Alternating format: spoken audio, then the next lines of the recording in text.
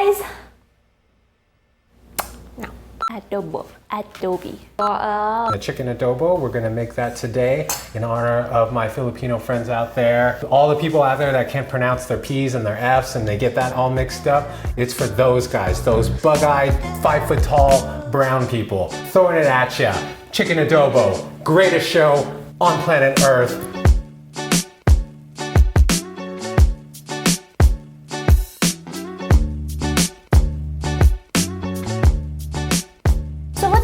Like mixing the P and F? So like where we would say like, oh, that guy is too fast, right? They would say, oh, he's too fast. He's too fast.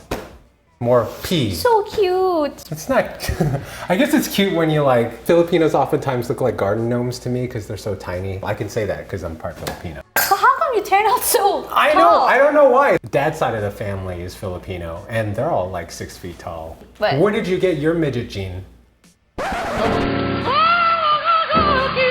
All right, so for chicken adobo, it's a very simple, very basic recipe. You need some chicken, you can go with quarters, you can chop up a whole chicken. My favorite cut of chicken is the chicken thighs. I love the skin, I love the dark meat, I think it adds more flavor. So today we got a tray full of chicken thighs, pat dry the chicken skins. I actually torched it a little too, just to get some of the extra moisture out. And outside of the chicken thighs, you really only have 4 ingredients.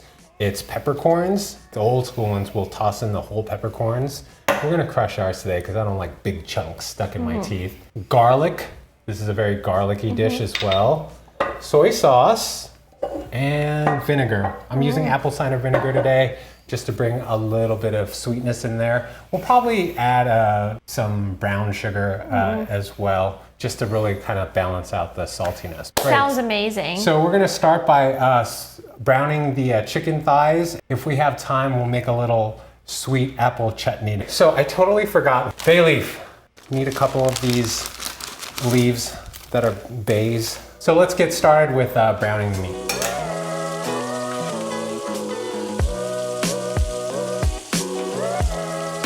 We did brown the meat because we want to create some fond in the bottom of the pan, get a little more chickeny flavor out, drain some of the excess oil. Now what we're gonna do is return this back to our pot. We're gonna add maybe about half a cup of vinegar and a half a cup of soy, add some water, add everything else, and then we're gonna let this simmer for about 30 minutes. This is not a traditional thing, but I'm also gonna add a little bit of kombu. Now once we bring it back up to a boil, we're gonna reduce the heat, get it to a little bit of a simmer. Ooh, that's strong. I might have put too much soy sauce or vinegar. We're gonna find out. We'll time it for about 30 minutes. In the meanwhile, why don't we make a little chutney? I'm gonna dice up the onions. Can you peel the apple? Oh, using this peeler? Whatever peeler you have, or a paring knife. Do you want a paring knife? You always wanna leave the root end. It holds the onions intact. It's like basic kitchen stuff. What are you doing? I'm dancing. I'm gonna put this into a little pot and start caramelizing it on kind of a medium to medium low heat. Okay, we have a little bit of that simmering going on, so that's great. I'm gonna add a little bit of salt. Why don't we add a little bit of ginger? You guys like ginger, right? So you can kind of treat this like garlic and just mash it. Do that. Okay, a little bit of ginger in there. Star anise seeds and some cinnamon. What the fuck happened to this apple?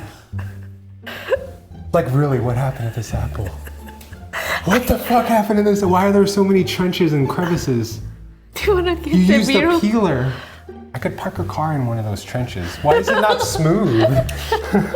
Jeez Louise. Okay, that's okay. You said you wanted relish. Relish doesn't matter. I guess. We're gonna these dice about the same size, so I'll just do it. Maybe dice. He doesn't trust me with like cutting now the You apples. couldn't even use a peeler correctly. I'm sorry, am I being harsh? You can get out of here. Oh, I'm so terrible. Small chunks. All right. He doesn't trust me. I don't trust him as well. Oh my gosh, stop it. How did you do that? You kind of just push and then you pull. back.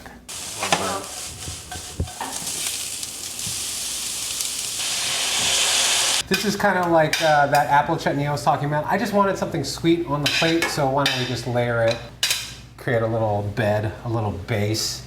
Here's the chicken thighs though, they are ready. The sauce has reduced. We use dark soy on this because I felt like it. It's a little bit darker than maybe some adobos, but we don't care about color, right? Yes? You're hungry at this point, right? I'm super hungry. See, this is my strategy. You know, a lot of people think I cook well. I don't. What I do is I wait until people are starving. So there it is. You can reduce it a little bit more.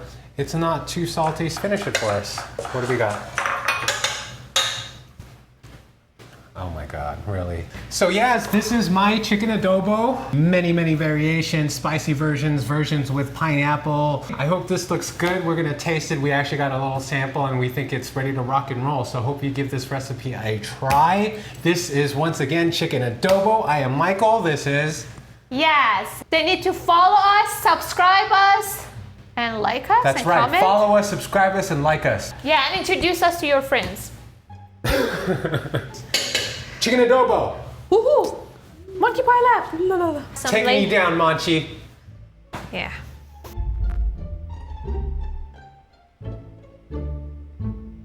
Is it good? Is it great? Definitely not that, maybe. But will it give you salmonella? I can 50% guarantee no it won't. Did I check the temperature? No. How can you tell? Because it looks like jerky to you, Mike. You disappointed in yourself? Sure. That's okay. Monkey Pie Labs.